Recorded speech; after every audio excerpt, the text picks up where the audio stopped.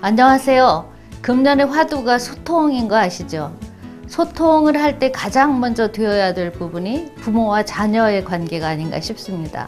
요즘 아이들이 부모님하고 대화하면 답답하다, 말이 안 통한다 이런 얘기를 많이 하고요. 부모님 자신들도 얘가 도대체 무슨 생각을 하고 사는지 모르겠다 이런 얘기들을 참 많이 하십니다. 대화가 통하지 않으니까 세대 간의 갈등도 더 많아지고 자녀의 앞날이 더 불안하게 느껴지기도 하실 겁니다. 그래서 앞으로 이 강의를 통해서 자녀와 대화하는 요령, 그리고 부모님이 생각하는 거하고 자녀하고 생각하는 거하고 어떻게 다른지 이런 것들을 짚어보도록 하겠습니다.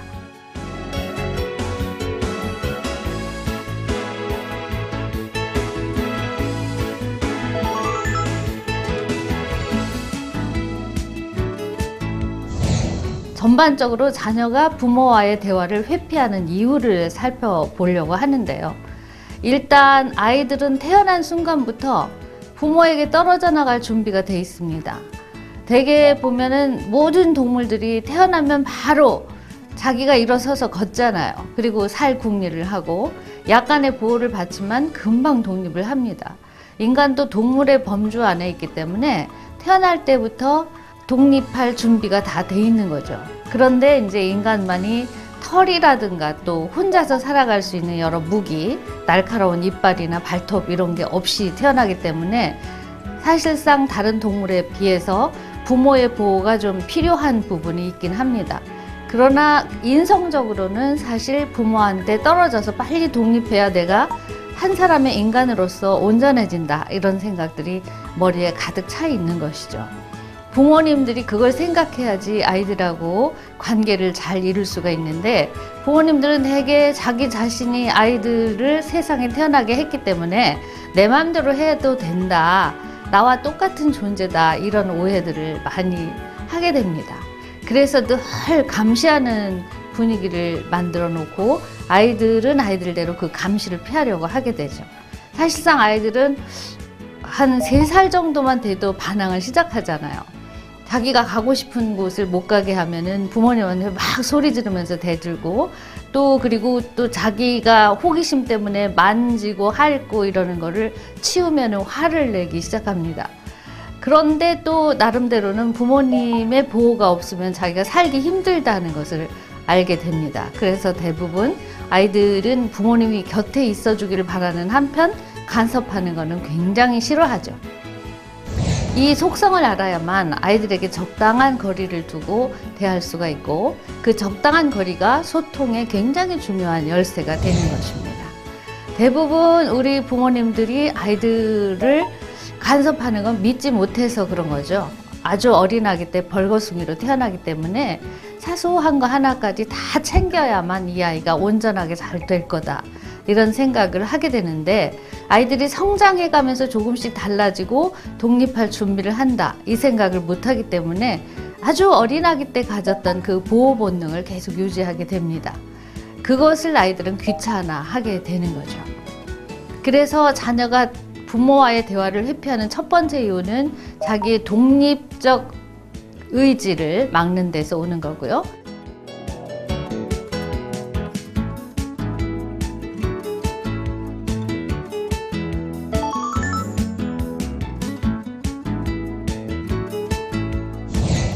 그렇지만 아이들은 이제 두 번째로 회피하는 이유가 속박이 싫지만 거부를 못 한다는 거죠. 자식도 부모의 보호가 아주 절실합니다. 왜냐하면 혼자 나가서 살아갈 수 있는 여러 시스템이 갖춰져 있지 않기 때문이죠.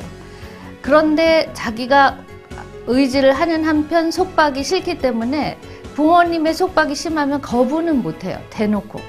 굉장히 성격이 강한 애들은 대놓고 거부를 하겠죠. 근데 그렇지 않은 아이들은 이제 속으로 분노를 쌓게 됩니다. 그것이 이제 나중에 참다 못해서 한꺼번에 터지게 돼서 폭언이라든가 대항 이런 걸로 바뀌게 됩니다. 나이가 들면 들수록 이게 강도가 강하게 되기 때문에 부모님이 말하면 그냥 콧방귀만 낀다든가 자기 할 일 하면서 무시한다든가 부모의 모든 것을 자기와 분리하려고 한다든가 또래들하고 사귀어서 부모하고는 모든 자기의 정보를 나눌 생각을 하지 않는다든가 이런 것들이 이제 아이들이 부모와 거리감을 갖게 하는 원인이 되는 거죠. 그러니까 사실상 대화를 막는 두 번째 큰 이유는 속박이다. 이렇게 생각을 하셔야 되는 거죠.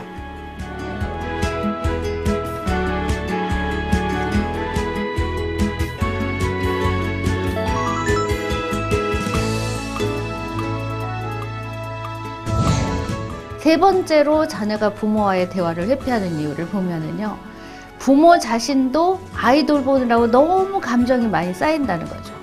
그래서 계속 그 보상 심리가 남아있게 됩니다. 아이들은 아이들대로 자기 돌봐주는 건 당연하다고 생각하고 조금만 독립할 기미가 보이면 밖으로 나가려고 그러는데, 부모는 이제 자기가 돌봐주면서 희생한 것들이 있기 때문에 아이들이 괘씸해지는 거죠. 그래서 자녀를 더 속박하게 되고 나중에는 감정적으로 대응을 하게 되는 거예요. 그래서 막 막말을 하게 되고 너 때문에 내가 못 살겠다 이런 말까지 하게 되는 거죠. 아이들은 아이들대로 부모가 돼가지고 왜 나한테 그런 말을 하느냐. 그런 말을 하는 순간 당신은 나를 자식으로 대하는 것이 아니라 아주 불편한 존재로 대한다. 이렇게 생각을 하면서 대항을 하기 시작합니다. 아이들은 미래에 대해서 자기 비전을 갖는다든가 또 먼 훗날까지 생각할 수 있는 판단력은 아직 없습니다. 그냥 즉흥적이에요.